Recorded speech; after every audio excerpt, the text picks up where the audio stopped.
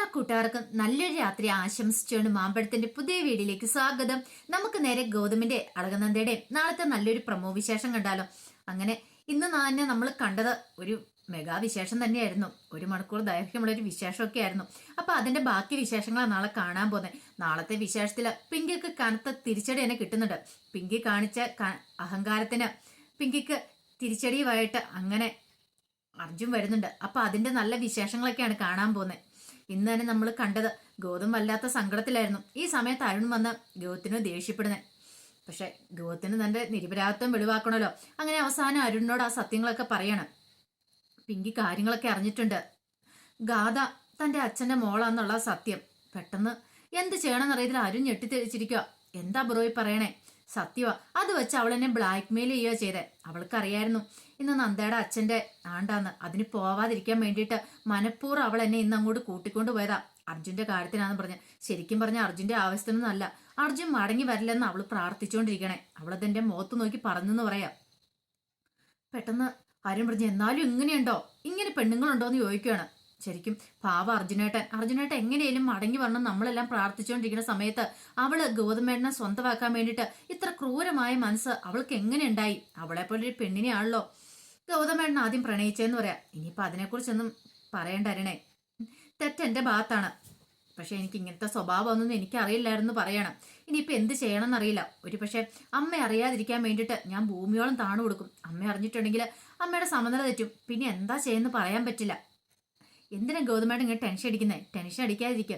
എനിക്കാണ് നന്ദയെക്കുറിച്ച് എനിക്കിപ്പോൾ വിഷമം. ഒന്ന് ആലോചിച്ചേക്കേ. പാവം ഇന്നത്തെ ദിവസത്തെ എന്തുമാത്രം പ്രതീക്ഷയായിരുന്നു. അച്ഛനെ അടക്കിയിരിക്കുന്ന ആ സ്ഥലത്ത് പോകണമെന്നും ബലിയിറണമെന്നൊക്കെ ആഗ്രഹം ഉണ്ടായിരുന്നു. ഒരു കാര്യം ചെയ്യേ, ഗൗതമേട്ടൻ നാളെയാണെങ്കിലും ഒന്ന് നന്ദനെ കൊണ്ടുപോകാൻ പറയണം. പക്ഷെ എനിക്ക് തോന്നുന്നില്ല അരുണേ ഇനിയിപ്പോൾ അങ്ങോട്ട് അവള് വരുമെന്ന്. ഇന്ന് തന്നെ അവളുടെ മനസ്സ് നല്ല വിഷമമുണ്ട്. എനിക്കറിയാം ബ്രോയുടെ മനസ്സ് എനിക്ക് മനസ്സിലാവുന്നുണ്ട്. പക്ഷെ പിങ്കി അവൾ ഈ സമയം തന്നെ മാക്സിമം മുതലെടുക്കുക. എനിക്ക് അതാരുണേ പേടി. ഇന്ന് അവൾ ഇങ്ങനെയൊക്കെ ചെയ്തു. നാളെ ഒരു പക്ഷെ നന്ദൻ ഈ വീട്ടിൽ നിന്ന് ഇറക്കി വിട്ടിട്ട് എന്റെ ഭാര്യയാവണമെന്ന് അവൾ പറഞ്ഞിട്ടുണ്ടെങ്കിൽ ഞാൻ എന്ത് ചെയ്യും? എന്റെ അമ്മയ്ക്ക് വേണ്ടിയിട്ട് എനിക്കത് ചെയ്യാൻ പറ്റുമോ? എനിക്ക് അതൊക്കെ ഓർത്തിട്ട് തലയ്ക്ക് ആ പട പ്രാന്ത് പിടിക്കുക എന്ന് പറയാം. ഇപ്പൊ അതിനെക്കുറിച്ചൊന്നും ടെൻഷൻ അടിക്കണ്ട. ഇപ്പൊ നന്ദേനെ വിളിച്ചൊന്ന് ആശ്വസിപ്പിക്കുക. അതാ ചെയ്യേണ്ടത്. വേറെ ഒന്നിനെക്കുറിച്ചും ചിന്തിക്കണ്ട. പിങ്കിയുടെ കാര്യമല്ലേ, അതിന് നമുക്ക് എന്തെങ്കിലും ഒരു വഴി ഉണ്ടാക്കാന്ന് പറയണം. അങ്ങനെ അരുൺ അങ്ങോട്ട് പോവാണ്. അരുണങ്ങ് പോയി കഴിഞ്ഞപ്പോഴത്തേനും നന്ദ അങ്ങോട്ട് കയറി വന്നു. നന്ദനെ ഗൗതം ആശ്വസിപ്പിണ്ട്. പോട്ടെ, എന്റെ അപ്പോഴത്തെ ഒരു അവസ്ഥ അതായിപ്പോയി, അതുകൊണ്ടാന്ന് പറയാൻ. നന്ദ പറഞ്ഞു, എന്നാലും ഒരു വാക്ക് എന്നോട് പറയണം. അതൊക്കെ പോട്ടെ എന്ന് പറഞ്ഞ് നന്ദനെ മാക്സിമം ആശ്വസിപ്പിക്കാൻ ശ്രമിക്കുന്നുണ്ട് ഗൗതം. പക്ഷെ നന്ദയുടെ മനസ്സിൽ അതൊന്നും ആശ്വാസമായില്ല. കാരണം താൻ ജീവന് തുല്യ സ്നേഹിച്ച അച്ഛനാണ്. ഇന്നത്തെ ഒരു ദിവസം മാത്രമേ ചോദിച്ചിട്ടുള്ളൂ. ആ ദിവസമാണ് പിങ്കിയുടെ കൂടെ പോയത്. പക്ഷെ കാരണം എന്താന്ന് നന്ദയോട് പറയാനായിട്ട് ഗൗതത്തിനൊരു മടി. ഇനിയിപ്പം ബ്ലാക്ക് മെയിൽ ചെയ്യുന്ന കാര്യം അറിഞ്ഞിട്ടുണ്ടെങ്കിൽ അത് നന്ദനെ കൂടുതൽ വിഷമിപ്പിക്കല്ലേ ഉള്ളൂ. ഇപ്പൊ അറിയണ്ട. അങ്ങനെ ഒരു ചിന്തയായിരുന്നു. ഈ സമയത്ത് സാന്ദ്ര പിങ്കിനെ വിളിക്കുന്നുണ്ട്. പിങ്കിനെ വിളിച്ച കാര്യങ്ങളൊക്കെ സംസാരിക്കുക. കേസിന്റെ കാര്യത്തെക്കുറിച്ചായിരുന്നു. നേരത്തെ മിഥുനെ കടത്തിക്കൊണ്ടുപോയ കേസില് അന്ന് സാന്ദ്രനെ അകത്തിട്ടുണ്ടായിരുന്നു ജയിലില്. അപ്പൊ ആ കേസിനെ കുറിച്ചായിരുന്നു പിങ്കിയോട് വിളിച്ച് സംസാരിച്ചേ. ആ കേസ് എത്രയും പെട്ടെന്ന് ഒതുക്കി തീർക്കണം. എന്റെ പേര് അതിനകത്ത് കാണാൻ പാടില്ല. അതിനെക്കുറിച്ച് അത് ഗൗതമിനോട് സംസാരിക്കണമെന്ന് പറയാം. പിങ്കി വാക്ക് കൊടുത്തു. നിനക്ക് ഒരു ദോഷം ഉണ്ടാവില്ല. ഞാനല്ല പറയണേ, നീ ധൈര്യമായിട്ട് ഇരുന്നോളാൻ പറയാം. അന്ന് നന്ദയുടെ ഡാൻസ് കോമ്പറ്റീഷൻ മുടക്കാനായിട്ട് സാന്ദ്രയും പിങ്കിയും ചേർന്ന് കളിച്ച കളിയായിരുന്നു. അപ്പൊ അതിനകത്തൊന്ന് ഒഴിവാക്കി കൊടുക്കണമെന്നായിരുന്നു സാന്ദ്ര പിങ്കിയോട് ആവശ്യപ്പെട്ടിരുന്നത്. അങ്ങനെ ഫോൺ വെച്ച് കഴിയുമ്പോഴത്തേനും നേരെ പിങ്കി ഗൗതമിന്റെ അടുത്തേക്ക് ചെല്ലുവാണ്. ഈ സമയത്ത് ഗൗതമും നന്ദയും കൂടെ സംസാരിച്ചുകൊണ്ടിരിക്കുവായിരുന്നു. ഗൗതമിനെ വിളിച്ചിട്ട് എനിക്ക് ഒരു കാര്യം സംസാരിക്കാനുണ്ടെന്ന് പറയണം. എന്താ പിങ്കി? ഒന്ന് വരാൻ പറയണം. പെട്ടെന്ന് ഗൗതം ചെന്നു. ഗൗതത്തിന് ചെല്ലാതിരിക്കാൻ പറ്റില്ല.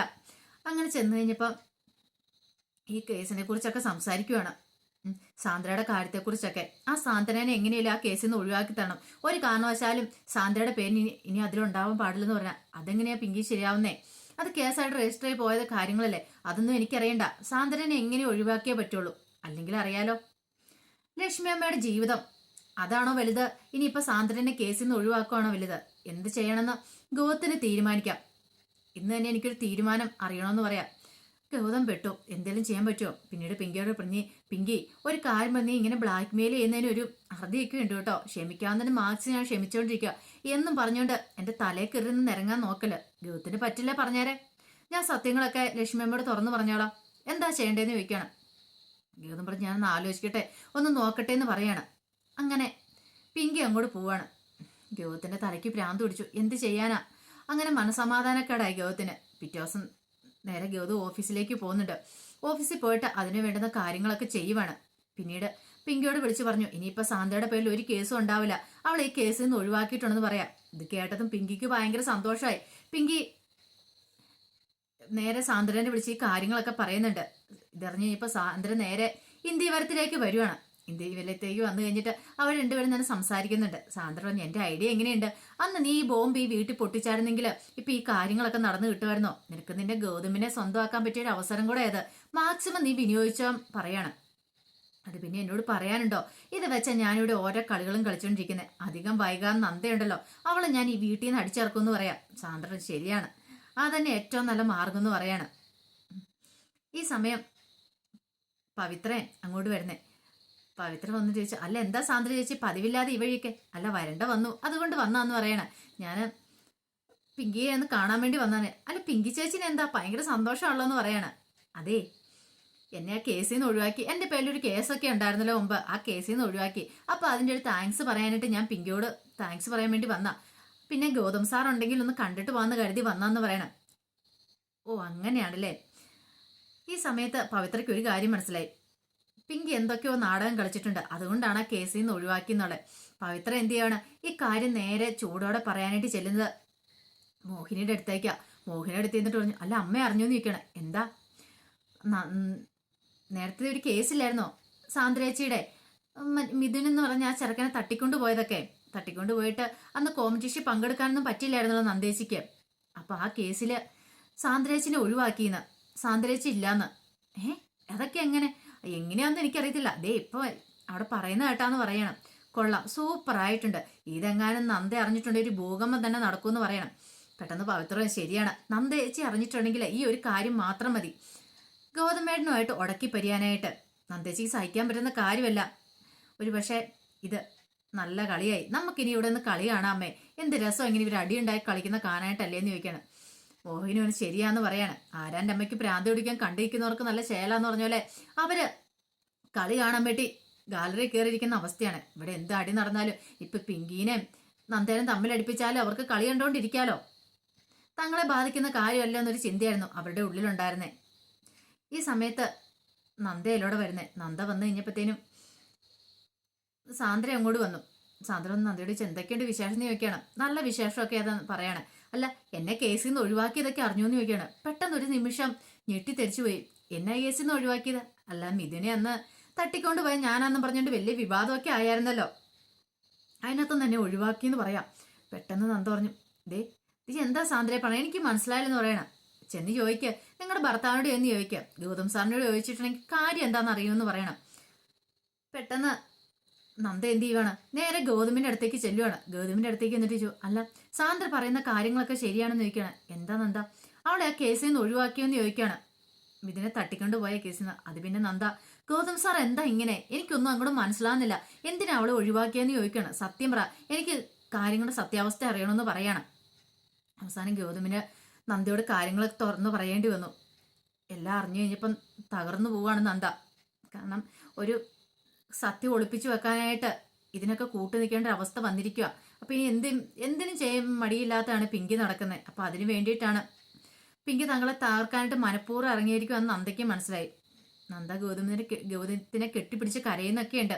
അപ്പൊ അതിന്റെ വിശേഷങ്ങൾ നാളെ കാണുമ്പോൾ. അതോടൊപ്പം തന്നെ നമ്മൾ കാണാൻ പോകുന്ന ഏറ്റവും നല്ല അടിപൊളി വിശേഷം എന്ന് പറഞ്ഞിട്ടുണ്ടെങ്കിൽ ഇനി അങ്ങനെ അർജുൻ തിരിച്ച് വരുവാണ് ഇന്ത്യവരത്തിലേക്ക്. പിങ്കിയുടെ അഹങ്കാരത്തിന് കനത്ത തിരിച്ചടിയായിട്ട്. അപ്പം നാളെ അവൻ വരുന്ന രംഗം കാണിച്ചിട്ടുണ്ട്. ഉറപ്പായിട്ടും അവൻ മടങ്ങി വരും. അവൻ വന്നെങ്കിൽ മാത്രമേ അത് പിങ്കിക്കൊട്ടൊരു അടിയാവുള്ളൂ. അവൻ വന്ന് ആ വീട്ടിൽ നിൽക്കണം. അങ്ങനെ അന്യന്റെ ഭർത്താവിനെ തട്ടിയെടുക്കാൻ നടക്കുന്ന അവൾക്കൊട്ടൊരു 8ന്റെ പണി തന്നെ കൊടുക്കണം. അപ്പൊ അതിന്റെ വിശേഷങ്ങളാണ് കാണാൻ വരുന്നത്. അപ്പൊ നാളെ അർജുൻ മടങ്ങി വരുമോ, അതോ ഇനിയിപ്പോ ലക്ഷ്മിയമ്മ സോറി അരുന്ധതി പ്രിയൻ, അരുന്ധതിയുടെ അനിയത്തി അനസൂയൊക്കെ വരുന്നുണ്ട്. ഇനിയിപ്പം അവരോടൊപ്പമാണോ അർജുൻ വരുന്നതെന്ന് അറിയത്തില്ല. പക്ഷെ നാളത്തെ പ്രമോ വിശേഷം കാണിച്ചതിൽ അർജുൻ വരുന്നതായിട്ടാണ് കാണിക്കുന്നത്. അപ്പൊ ആ അടിപൊളി വിശേഷങ്ങളൊക്കെ നമുക്ക് എല്ലാവർക്കും കാത്തിരിക്കാം. ഇനി ഓരോ ദിവസം വരുന്തോറും നല്ല നല്ല വിശേഷങ്ങളായിരിക്കും കാണാൻ പോകുന്നത് കേട്ടോ. അപ്പൊ എല്ലാവർക്കും ഒരിക്കൽ കൂടി നല്ലൊരു രാത്രി ആശംസിച്ചുകൊണ്ട് നിർത്തുന്നു. നന്ദി.